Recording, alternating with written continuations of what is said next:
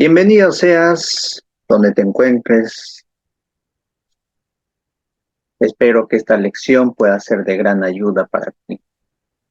Soy el pastor Rodolfo Camavilca y empecemos la lección número 7, el cuerpo unificado de Cristo. Vamos a orar. Querido Padre que estás en los cielos, gracias Señor por estos momentos.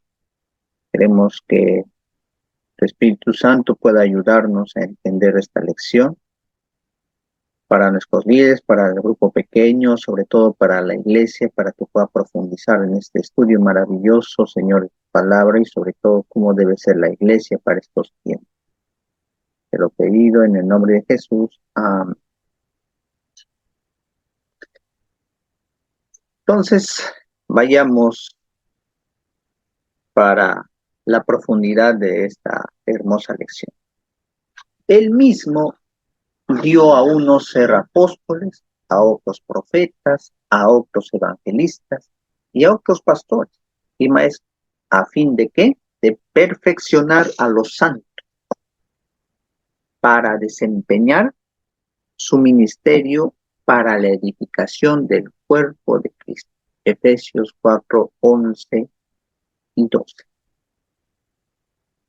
Ahora, date cuenta en esto, ¿por qué Pablo utiliza el cuerpo humano para aclarar la parte espiritual? Pablo utiliza el cuerpo humano para tomarlo como la iglesia, como el cuerpo de Cristo. Y esto está compuesto por varias partes que son diferentes, tanto en capacidades y en todas, que deben ser organizadas, deben trabajar juntamente. La imagen utilizada por Pablo utiliza un cuerpo saludable y unificado y nos ayuda a entender de una iglesia fructífera, unida en Cristo. Lo que podemos decir la parte introductoria de esta hermosa lección. Pero ahora vamos para el énfasis que está enmarcando la lección. Y el bosquejo que nosotros podemos señalar es justamente lo siguiente, referente a este capítulo. Capítulo 4. La ética del cristiano en el mundo. Capítulo 4, 1 al capítulo 6, 24. Y ahí se divide ABC, CBA. Y la primera parte es cómo debe andar en dignidad el cristiano. Desde el capítulo 4, del 1 al 16. Y ahí se van subdividiendo. El modo de mantener la unidad. Capítulo 4, versículo del 1 al 3. Las bases unitarias. Capítulo 4, del 4 al 6. El precio de la unidad. Capítulo 4, del 7 al 10. La otra parte que se ve aquí son los medios para fortalecer esa unidad. Capítulo 4, versículos del 11 y 12. Y finalmente, unidad de fe y conocimiento del capítulo 4, versículo 13 al 16. Y si tú te das cuenta, inicia así. Yo, pues, preso en el Señor, os ruego que anduvéis como es digno de la vocación que fuisteis llamados.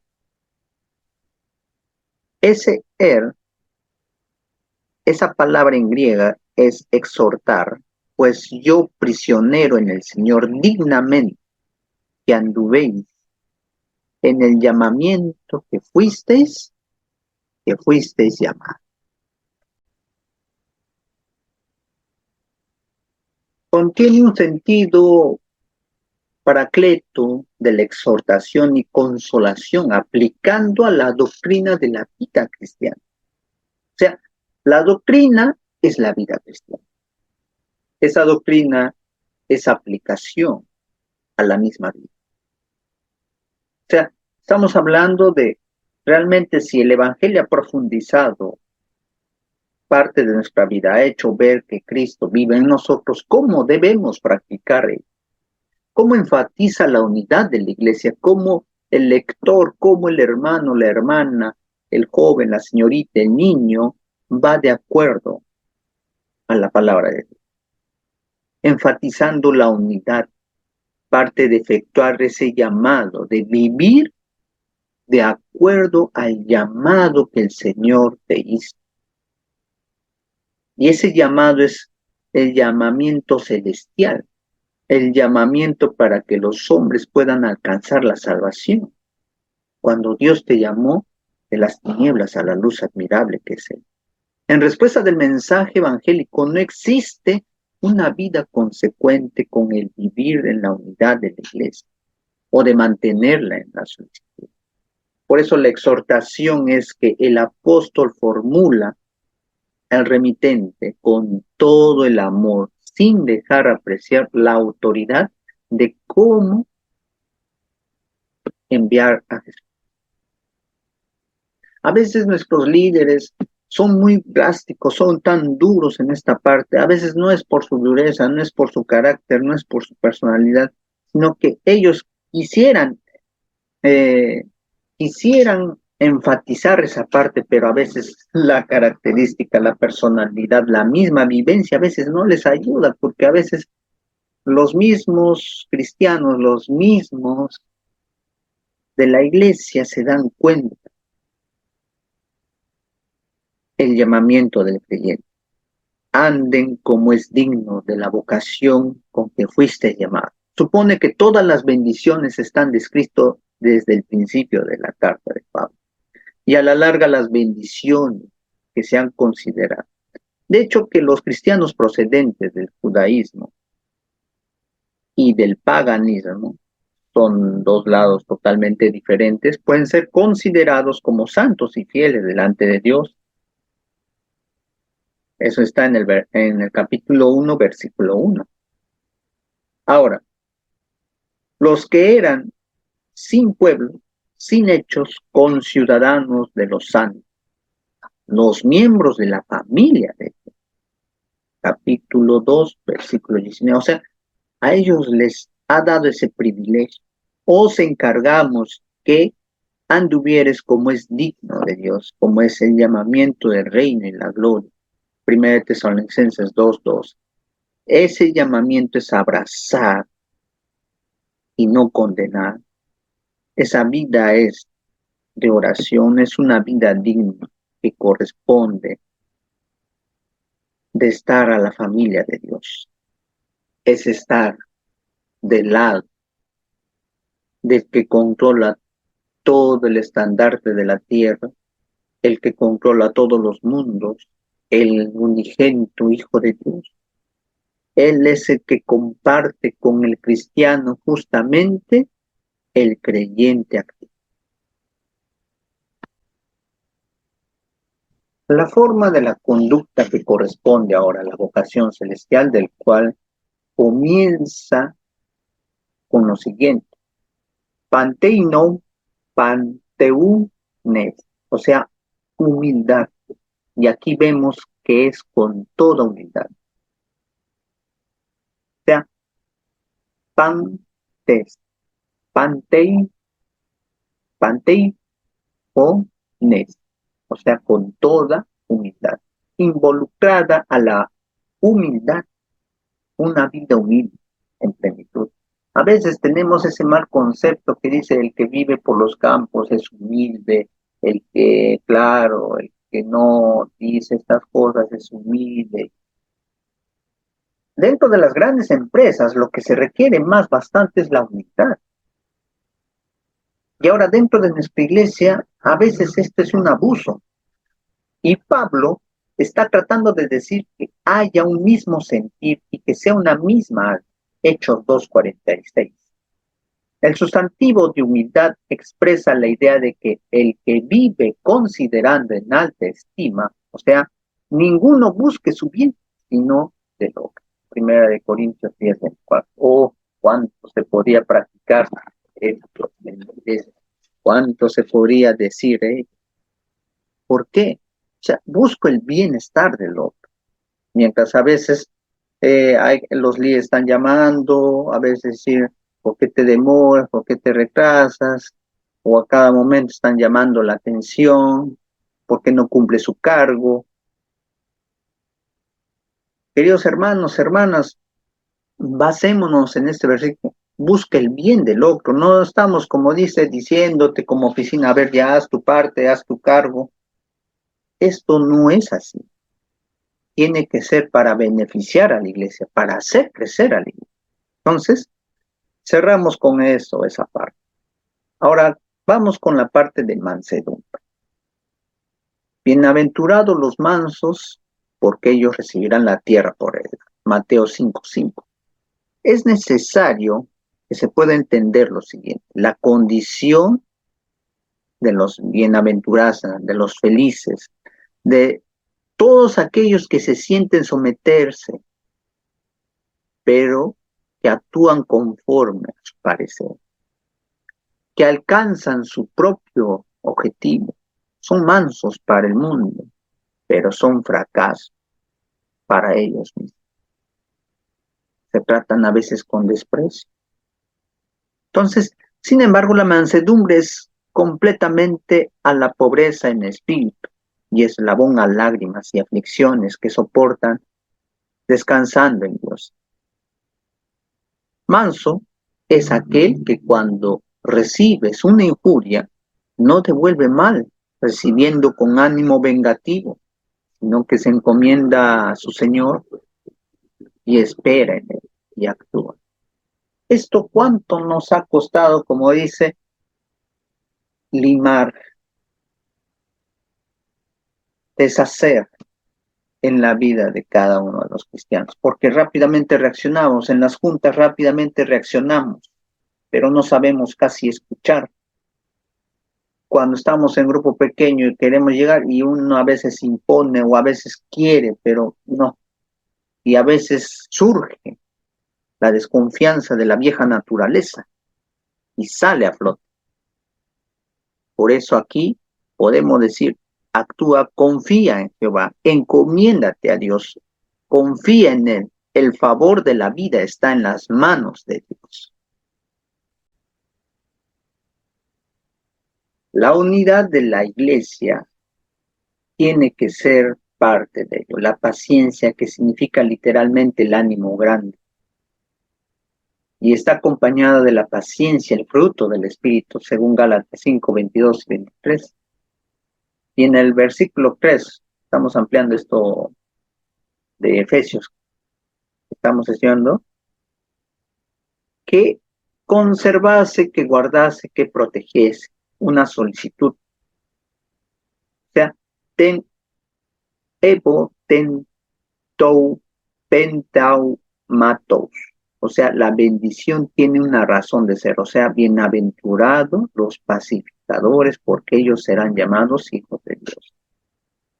Y un título para ver esto: Dios conoce a los hijos. Muchos de ellos conocen su conducta, en su comportamiento, en su forma de pensar, pero la participación, cómo divide esa naturaleza como hijos de Dios.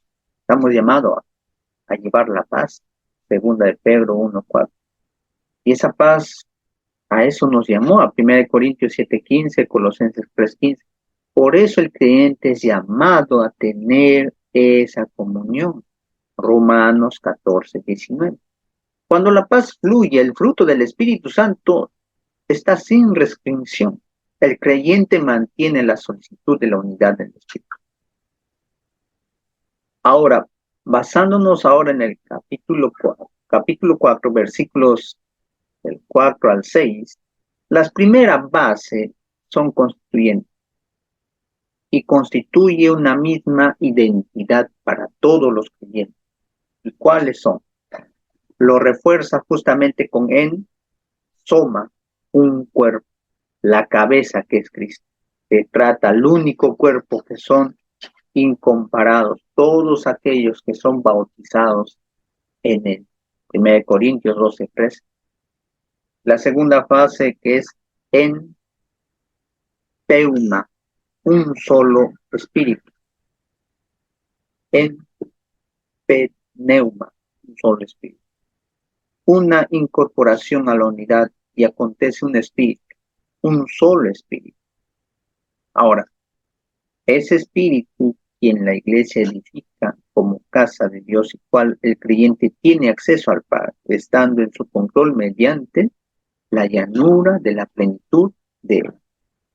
Eso está en el capítulo 5, versículo 18 de Éfeso. Por ende, el espíritu justamente del cristianismo existe dentro de la parte somática y también la unidad neumática. Estamos hablando en la parte griega, la forma original, que es el elemento de la unidad. El espíritu es el que da vida al cuerpo y el espíritu es el único personal divino que viene a la intimidad con el pecador para poder redimir a Cristo y poder hacer crecer eso. La otra parte, que es enman, epidi, es una misma esperanza. Tes, calen,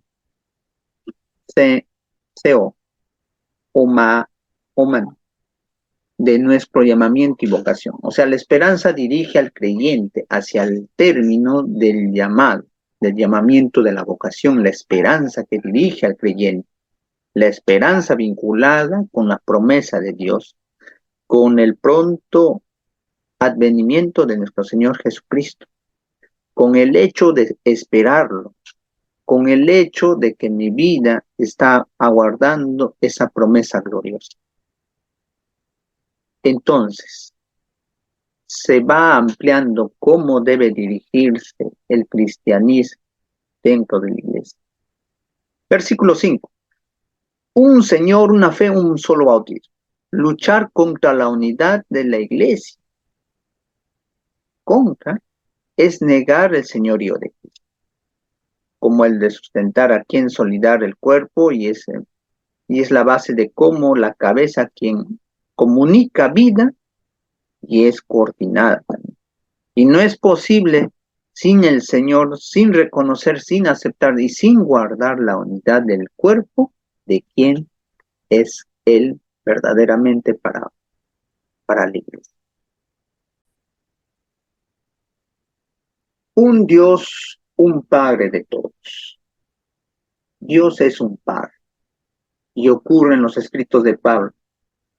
Es importante resaltar el fundamento de la unidad de Dios, el ser divino, el Padre, en relación al Hijo unigénito, la vinculación del creyente con parte de la divinidad, la sólida y fundamento de la iglesia, el único Padre que es exaltado en los cielos, que nadie podrá separar porque es parte del amor de Dios. La iglesia parece débil. ¿Por qué? Ante los ataques del mismo maligno, porque está rodeado de un mundo hostil, un mundo convencionado, un mundo adaptado justamente de cómo se rige y cómo se mueve según los gobiernos donde se encuentra cada uno. Y acá se puede completar diciendo las huestes mismas malignas del enemigo. Eso está en capítulo 6, versículo 12. Ahora vamos con el precio de la unidad. Capítulo 4, versículo del 7 al 10. ¿Qué está ocurriendo para plantear esta lista? ¿Hasta dónde podemos llegar a la unidad de la fe? Un elemento que debe tener en cuenta es el momento de interpretar el pensamiento del apóstol. Es la totalidad sobre la individualidad, la manera como trata. Todos llegamos a un determinado nivel y no solo nosotros. La iglesia está formando parte del creyente con ese pensamiento que el creyente debe formar una comunidad donde comprende a todos y que debe alcanzar una determinada dimensión espiritual. El objetivo es que la iglesia como cuerpo alcance la unidad de la fe, del conocimiento del Hijo de Dios, para poder culminar en cuanto a todo el cuerpo alcance la unidad, en cuanto ellos puedan integrarse mejor. La culminación consigue cuando el cuerpo llegue al único conocimiento del Hijo de Dios, ese conocimiento de alcanzar la dimensión del Hijo de Dios. Eis aidon pa, teleion, o sea, un varón perfecto. Eso es lo que no a veces entendemos, porque hay que ir a la parte original. Cuando el creyente alcanza la unidad de la fe y entra a la dimensión existencial o vivencial del Hijo de Dios y llega a la plenitud, en la iglesia llega a ser un varón perfecto. Llegando al conocimiento de Cristo, la iglesia debe obrar de Dios y de Cristo, que permitió llegar a un solo hombre. Efesios 2:15. El apóstol prosigue la última ausencia del progreso justamente de la fe y del conocimiento del Hijo de Dios es que alcance es eis pentan nekin tou pan ou matos tou Cristo, mediante la plenitud de Cristo. Y esta plenitud es la expresión que puede referirse a la edad de vida o del tiempo de vida. Pregunta, ¿no? ¿Qué tiempo de vida nos quedará, queridos hermanos? ¿Qué tiempo de vida estamos viviendo nosotros estos últimos tiempos? ¿Qué está pasando alrededor, el noticiero, la noticia alrededor del mundo? Si bien se sabe, también algunos hermanos están descansando en el Señor, pero también preguntar hasta dónde vamos a llegar y cómo podemos caminar. Cada creyente en la iglesia hacia el hombre perfecto, es decir, hacia Cristo, y prefiere mejor hacia Cristo porque se trata de alcanzar corporativamente la dimensión equilibrada de la cabeza a la experiencia que tiene ser necesariamente que alcance cada uno de los creyentes individualmente. O sea, el que cumple el propósito divino de que cada creyente conforme a la imagen del Hijo de Dios. O sea, ese caminar, ese reflejo, ahí está nuestro estandarte, ahí está donde nosotros debemos caminar, según Romanos 8:29.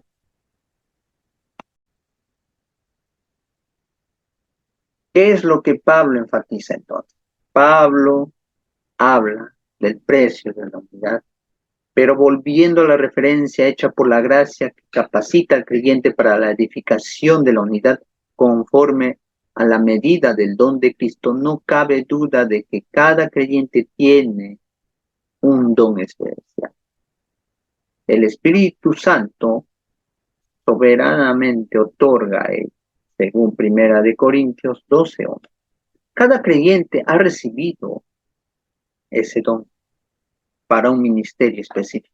La fundación de la consolación de esa grandeza en nuestra iglesia. O sea, la gracia ministra es recibido como un regalo de Dios, como una soberanía, una independencia, una condición personal de quien recibe específicamente la gracia, dado por el Espíritu a cada uno, regalado por Cristo a su iglesia.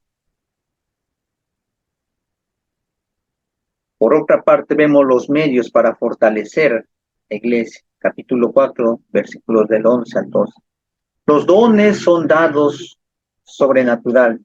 Cada creyente del Espíritu Santo. 1 Corintios 12:4. El apóstol enseña que hay diversidad de dones. Y Pablo enseña que hay diversos ministerios de servicio. Y en el Nuevo Testamento se habla del ministerio cuando está haciendo referencia al ejercicio de un don, ya en los dones que son dados por el Señor a los demás y edificar el cuerpo de Cristo. Según Primera de Pedro, capítulo 4, versículo 10. El Padre es quien produce la manera, el deseo de servir y da poder para hacerlo. Filipenses 2:3. Primero, todos los dones proceden del Espíritu Santo. No hay don que no sea del Espíritu Santo. Son para a quien quiere. 2. todos los ministerios que llevan a cabo bajo la dirección en sujeción al Señor. Tercero, todo poder lleva a cabo el ministerio y procede del Padre para capacitar a cada creyente. Ojo, no se trata de quienes edifican la iglesia, solo son los apóstoles, profetas, evangelistas, pastores, maestros, sino apóstoles y profetas, en un principio ministros y conforme a ellos dones que el Espíritu soberanamente les otorgue para que todo creyente contribuya ministrando con el objetivo de desarrollar el cuerpo de Cristo en la iglesia.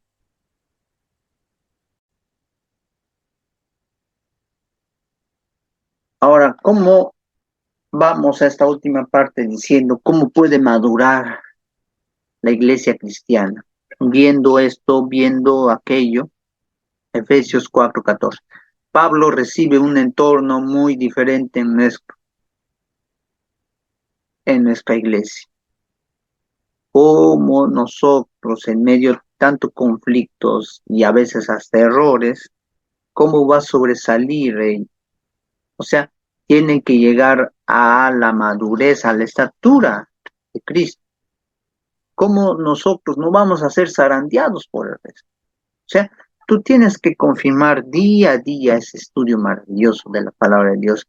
Tienes que leerlo, tienes que palparlo, tienes que memorizar, tienes que aplicarlo a tu vida, tienes que hacerlo parte de tu vida. Y eso nutre, eso hace, eso crece. Y no como menciona Pablo en uno de sus escritos, diciendo, ya no somos como niños, ya no somos como bebés tomando, como dice el biberón, ya están, como dice, en la parte madura. Por eso necesitamos edificarnos. No podemos darnos a la mano, no podemos, como dice, titubear, porque ya el mismo tiempo, el mismo cambio, el mismo parte de la iglesia, las mismas profecías están apuntando que este mundo ya está llegando como a su fin. Por eso este estudio de parte de la iglesia está resultando más verífica para quien que lo estudia, lo analiza, la parte, cómo requiere Dios ese trabajo para cada uno de nosotros, de fomentar, de activar, de contrarrestar. O sea, nosotros somos parte de ese crecimiento, somos parte y ha dado esos dones para cada uno de nosotros. Y estamos ligados, tanto como tendones, músculos que conforman parte de las ligaduras del cuerpo, para poder crecer, para tener ese mismo funcionamiento, para que la cabeza que es Cristo pueda seguir predicando la palabra de Dios. Por eso nosotros no debemos vacilar, ni debemos decir, ni te debes, como dice, conformar. Sigue estudiando, sigue perfeccionando eso, a la doctrina y cómo podemos mantenernos fieles. Llevar eso para cada uno de nosotros. Por eso esta semana se analiza, se ve y también cómo si entra esta parte en la iglesia, si vienen estas personas que son de otra religión y que jalan hermanos, hermanas, y sí se ve, sí se ve en diferentes lugares que te jalan si tú no estás fuerte y firme en la fe. Te vacilan, o sea, te vacilan diciendo de que no, mira, que el sábado no, el mejor es el domingo, no, mira, esto es comer ya no esto. Y por eso hay los hermanos, como dicen, no están cimentados en la doctrina. Por eso nosotros debemos estar siempre unidos, no en desunión. Debemos tener esa humildad, esa sencillez.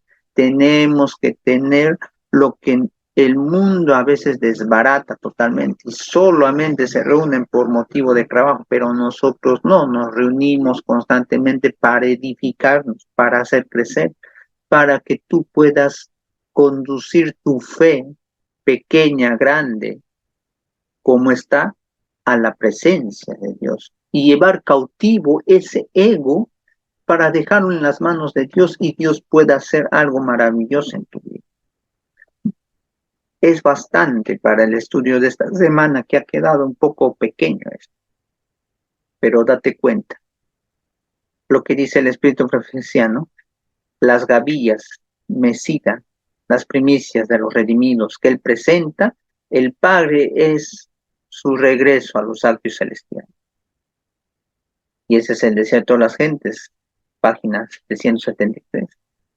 Entonces, ¿cómo nosotros tomarnos esa imagen de conquistar, como Cristo conquistó a sus enemigos, muriendo en la cruz y redimiendo a todo el mundo? Eso es lo que el ser humano tiene que morir, su vida de ego, su vida pasada, su forma de reaccionar, su forma de conducirse. Por eso, vamos a llegar a la unidad de la iglesia teniendo al final, o sea, en determinación, diciendo una palabra, los frutos del Espíritu Santo, teniendo esa unidad, teniendo esa comunión, volviendo a lo que el Padre nos dio a cada uno de nosotros. Que Dios nos bendiga, que Dios nos guarde. Sígueme y no te olvides de dar un like y poder compartir con otros. Que Dios te bendiga, un gran abrazo y pasa un feliz sábado.